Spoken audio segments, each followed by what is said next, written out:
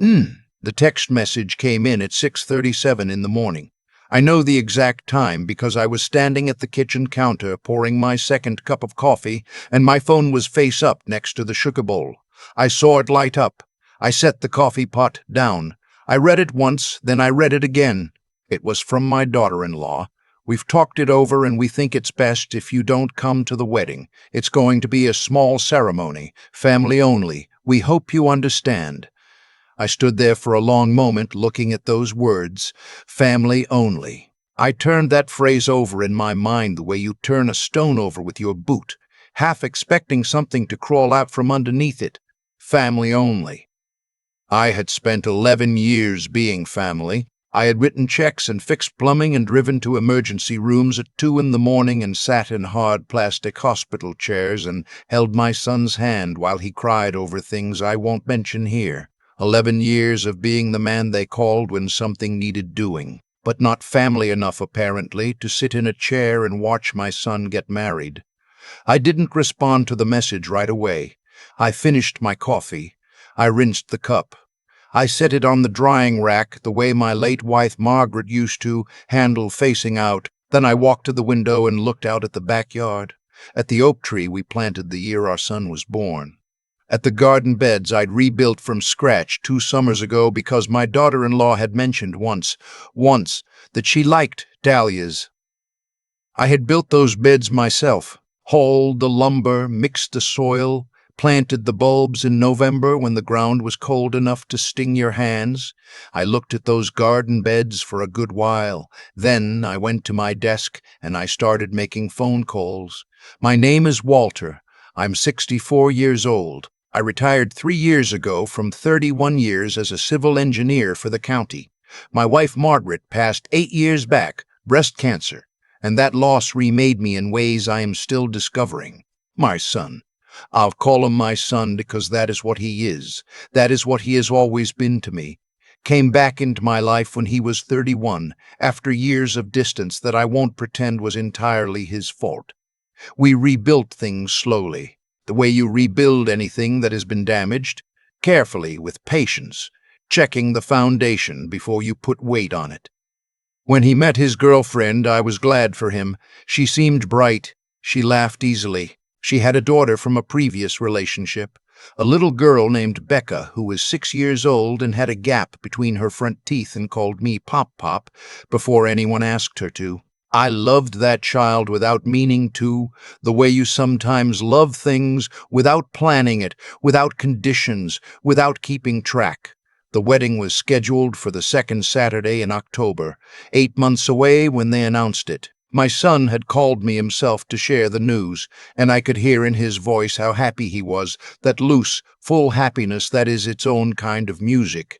I told him I was proud of him. I meant it in the deepest way. A man can mean something. In the months that followed, the calls shifted. It was always my daughter-in-law calling now, not my son. She had a gift for managing things, for organizing, for presenting decisions that had already been made as though they were still open for discussion. The venue needed a deposit. The caterer needed a deposit. Could I help with the rehearsal dinner? There was a block of hotel rooms for out-of-town guests that needed to be guaranteed on a credit card. Did I know anyone who could do the flowers at a reasonable rate? I said yes to all of it. I want to be precise about the numbers because the numbers matter. The venue deposit was $4,000. The catering deposit was $2,200. The rehearsal dinner I planned and paid for myself. Venue, food, a small bar, a cake, came to just over $3,000. The hotel room block required a credit card guarantee for 12 rooms at $160 a night for 2 nights. I also paid for my son's suit because he'd asked quietly and I could see it cost him something to ask. I bought Becca's flower girl dress. I paid for alterations on my daughter-in-law's veil because her mother, who was supposed to contribute, had a financial hardship that came up suddenly. In total, by the time that text message arrived, I had put in just over $22,000 toward a wedding I was no longer invited to attend. I want to say that again because I want you to understand the full shape of what I am telling you. $22,000. 7 months of involvement. Flowers, food, deposits, hotel rooms, a suit, a dress, a veil, and a text message at 6:47 in the morning. Family only. We hope you understand. Now, my son did not send that message. I want to be clear about that. My son is not a hard man, and whatever his faults, he would not have sent those words to me. He either did not know, or he knew and did not stop it. I wasn't sure which was worse. Here is what I did. I called my attorney. I had used him for my estate planning several years back and had kept his number because you never know. I explained the situation.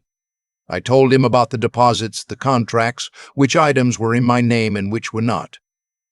He was quiet for a moment, and then he said, "Some of this is recoverable. The venue deposit. If the contract is in your name, you can cancel and potentially recover a portion depending on the cancellation window. The catering is similar. The hotel block. If the rooms haven't been booked yet, you can release the guarantee." He paused. "Do you want to do that?" I told him I'd call him back within the hour. I sat with it. I am not a man who acts from anger. Margaret used to say that about me. "Walter, you think so long before you move that sometimes the moment passes." She said it with affection mostly. I think about that now. I thought about it that morning, sitting at my desk with the sun coming through the blinds and my son's baby picture on the bookshelf, looking at me. He was maybe 2 years old in that photo, sitting in a red wagon, squinting into the sun with that serious expression he always had. Even then, I thought about what family means. Not the word, not who gets to use it as a gatekeeping term in a text message sent before 7 in the morning, but what it actually means, what you build it out of. Time, presence, showing up, paying attention, driving 2 hours in an ice storm because someone called and said they needed you, planting dahlia bulbs in cold ground, sitting in plastic chairs in hospital hallways, writing checks that you don't ask to be repaid. That is what family is made of. That is the material of it, not blood, not paperwork, presence and sacrifice and choosing, over and over, to stay. I had been that. For 11 years, I had been that, and I had been thanked for it by being erased from the guest list with the same casualness you use to remove someone from a group chat. I called my attorney back. I told him to proceed. The venue contract was in my name. I called the coordinator directly, a woman named Patricia who had been patient and helpful throughout the whole process, and I told her there had been a change in circumstances and I needed to cancel. She was professional about it. Given the timing, I forfeited a portion of the deposit, but I recovered $2,700 of the $4,000. The catering contract was also in my name. Similar situation.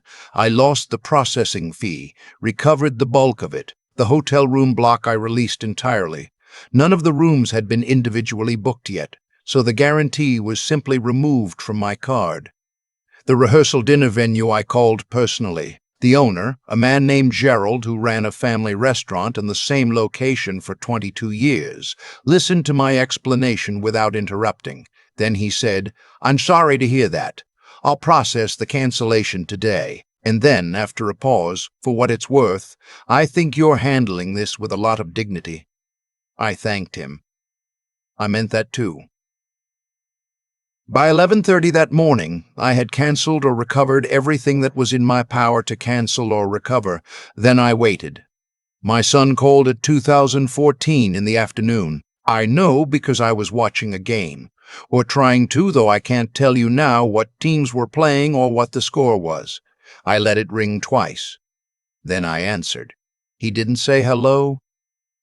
He said, "Dad, what's happening?" I told him I'd received a message that morning informing me I was not welcome at the wedding. I told him I had responded accordingly. He was quiet for a long time. Long enough that I checked to make sure the call hadn't dropped. Then he said, "She sent that without talking to me." I said, "I see." He said, "I didn't know about it until an hour ago." I said, "I believe you." He said, "Dad, I don't even know what to say. I'm so sorry." And I could hear it. I could hear that it was real. My son is many things, but he is not a good enough actor to fake that particular sound, that thick, stripped-down quality that comes into a man's voice when he is genuinely ashamed. I had heard it from him before, years ago, when we were rebuilding things between us. I recognized it. It cost him something to make that call. I knew that. I said, "I know you're sorry. I believe you didn't know." He said, "Can we fix this?" And I sat with that question for a moment. Can we fix this? Such a simple sentence. Such an enormous thing to carry inside it. I said, "The deposits have been canceled. I want you to understand that I didn't do that to punish anyone. I did it because I was asked to remove myself, and so I removed myself, including my financial participation. That seems fair to me." Another silence. He said, "She's going to lose it." I said, "That may be, but this is a conversation you need to have with her, not with me." He said, "Dad," I said, "Son, I love you. I have always loved you. That part doesn't change. But I won't be treated as an ATM with a grandfather's face on it. I won't apologize for drawing that line, and I won't be talked out of it before anyone in that house has had the chance to understand what they actually did this morning." He didn't say anything for a moment. Then he said, "You're right." Just that. 2 words. I didn't need more than that. I told him to call me when things settled. I told him I wasn't going anywhere. I told him I'd still like to take Becca to the pumpkin patch in October, the way we'd done for the last 3 years, if that was still something that could happen. He said he thought it could. I said good. We hung up. I sat in the quiet of the house. The game was still on. Someone had scored, apparently, because the crowd noise swelled and then dropped back. I turned it off. I went to the kitchen and made a sandwich and stood at the counter and ate it the same way I'd drunk my coffee that morning, in the same spot, looking out at the same window. I thought about Margaret. I thought about what she would have said. Probably something practical at first, something about documentation and keeping records and not letting emotion make the decisions. And then, after the practical part, she would have sat beside me and taken my hand and said something that cut right through to the center of things, the way she always did. She had a gift for that, for finding the exact word that made everything else fall into perspective. I missed her. I miss her every day, but I missed her particularly. Then, in that kitchen, holding a sandwich I wasn't tasting. 3 days passed. On the 4th day, my daughter-in-law called. I answered because I knew it was coming, and I had decided I wasn't going to avoid it. She was upset. That's the honest word for it. She was upset, and it came through in her voice immediately. That high, tight quality that means someone has been holding something in for longer than is comfortable. She said I had sabotaged the wedding. She said I had been vindictive. She used that word specifically. Vindictive. I let her finish. Then I said, very calmly, "You sent me a text message at 6:47 in the morning telling me I was not welcome at my son's wedding after I had contributed over $22,000 to its planning. I canceled the contracts that were in my name. I don't consider that vindictive. I consider that consistent." She said, "We were going to pay you back." I said, "I don't believe anyone ever discussed repayment. These were contributions freely given, but they were given by someone who expected to be present. That expectation was removed. So were the contributions." She said, "You're destroying my marriage." I said, "I didn't send that text message." A very long silence. Then she said, in a different voice, quieter, something slightly less defended in it, "I panicked. His mother called and said she wasn't coming if you were there, and I panicked and I made a decision without thinking it through." I held that. His mother, my ex-wife, who I had not spoken to in 6 years, who had a talent for inserting herself into situations at the exact moment when it would cause the most disruption. I said, "I appreciate you telling me that." She said, "I handled it badly." I said, "Yes, you did." She didn't argue with that. I said, "Here is what I want you to understand. I don't need to be at the center of things. I don't need a speech or a toast or a prominent seat. But I will not be managed out of my own son's life. Not by you, and not by his mother, and not by anyone else who thinks my value is financial and my presence is inconvenient." She was quiet. I said, "If my son still wants to get married in October, I will help make that possible. But I'm going to need to have a direct conversation with him about what that looks like. Not through messages, not through assumptions, not through decisions made without me in the room." She said, "Okay." Just that. Okay. Just that. Okay, that conversation was 6 weeks before the wedding. What happened in those 6 weeks? I will tell you honestly and without drama, because the truth is more interesting than anything I could embellish. My son and I had the direct conversation I had asked for. It took 2 hours, and we sat at my kitchen table, and he was present for all of it. No phone, no distractions, just two men with a history between them trying to build something honest on top of it. He told me things about his mother's interference that I hadn't known. I told him things about how I had experienced the previous months that he hadn't fully registered. We were both, in different ways, seeing the shape of something we had been too close to see clearly before. At the end of it, he asked me if I would still come to the wedding. I said, "There's nowhere else I'd rather be." He looked at me for a long moment, and then he nodded, the way men nod when words aren't quite adequate. The wedding happened on the second Saturday in October, which was a cool day with that particular slant of autumn light that makes everything look like a photograph of itself. Becca wore the flower girl dress, the one I'd bought, and she walked down the aisle with enormous seriousness, and then broke into a gap-toothed grin when she spotted me in the third row. She pointed at me. People laughed. I laughed, too. My ex-wife did not come. That had been the outcome of a separate conversation that was not mine to have, but she did not come, and the room was lighter for it. My son looked good. He looked, standing up there, like the man I had always believed he was capable of becoming. Steady. Present. Happy in a way that was quiet and real rather than performed. When he said his vows, he didn't look at anyone except her. That's how you know a man means it. Afterward, at the reception, my daughter-in-law found me at my table between the main course and the dancing. She sat down in the empty chair beside me. She didn't say anything for a moment. Then she said, "Thank you for coming." I said, "Thank you for letting me." She said, "I want you to know that I know it wasn't just about the money. I know that." I said, "I know you know." She nodded. She seemed like she had more to say but wasn't sure how to get to it. I waited. I have learned over 64 years that most of the important things people have to say require waiting. She said, "Becca talks about you more than she talks about almost anyone. I hope you know that." I said, "She's a remarkable kid." She said, "She is. And some of that is you." I didn't have an answer for that. I just nodded. She went back to her husband. The music started. Someone turned the lights down low the way they do at every reception. That signal that the more formal part of the evening is behind you now and what remains is the looser, warmer thing that follows. I sat with my drink and watched my son dance with his wife and thought about time, how long it takes to build things and how quickly they can shake, and how the building and the shaking are both part of the same ongoing project that doesn't have a name exactly. But that, I think, is what people mean when they say family. Not blood, not paperwork, not a guest list maintained or revised by text message.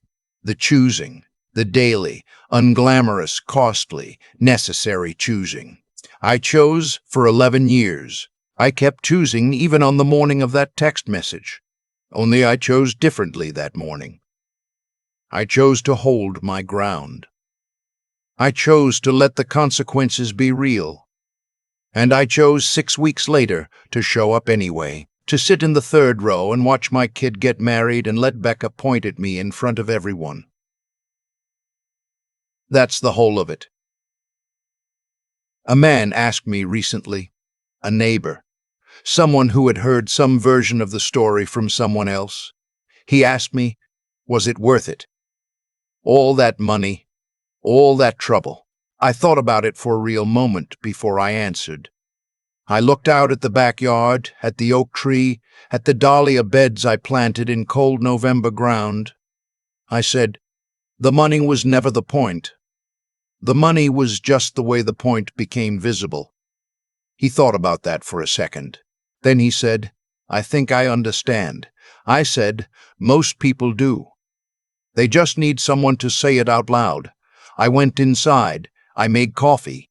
I stood at the kitchen window and drank it, and the morning was quiet, and the light on the yard was good, and that was enough. If you've been sitting where I was sitting, if someone in your life has handed you a text message where your worth has been reduced to what you provide and your presence has been declared optional, I want you to hear this. You are allowed to respond. You are allowed to let the choices have weight. You are allowed to remove yourself from arrangements that treat you as a resource and not a person. And then, if the door opens and the apology is real and the change is real, you're allowed to walk back through it too. That's not weakness. That's not being a pushover. That's the whole complicated practice of loving people past the moments when they fail you. I'm still learning how to do it right, but I'm still here. And that, at 64, feels like the most important thing I can say. Leave a comment below. Tell me what you would have done. Tell me if you've been in a version of this. It doesn't matter if it was a wedding or a holiday or something smaller.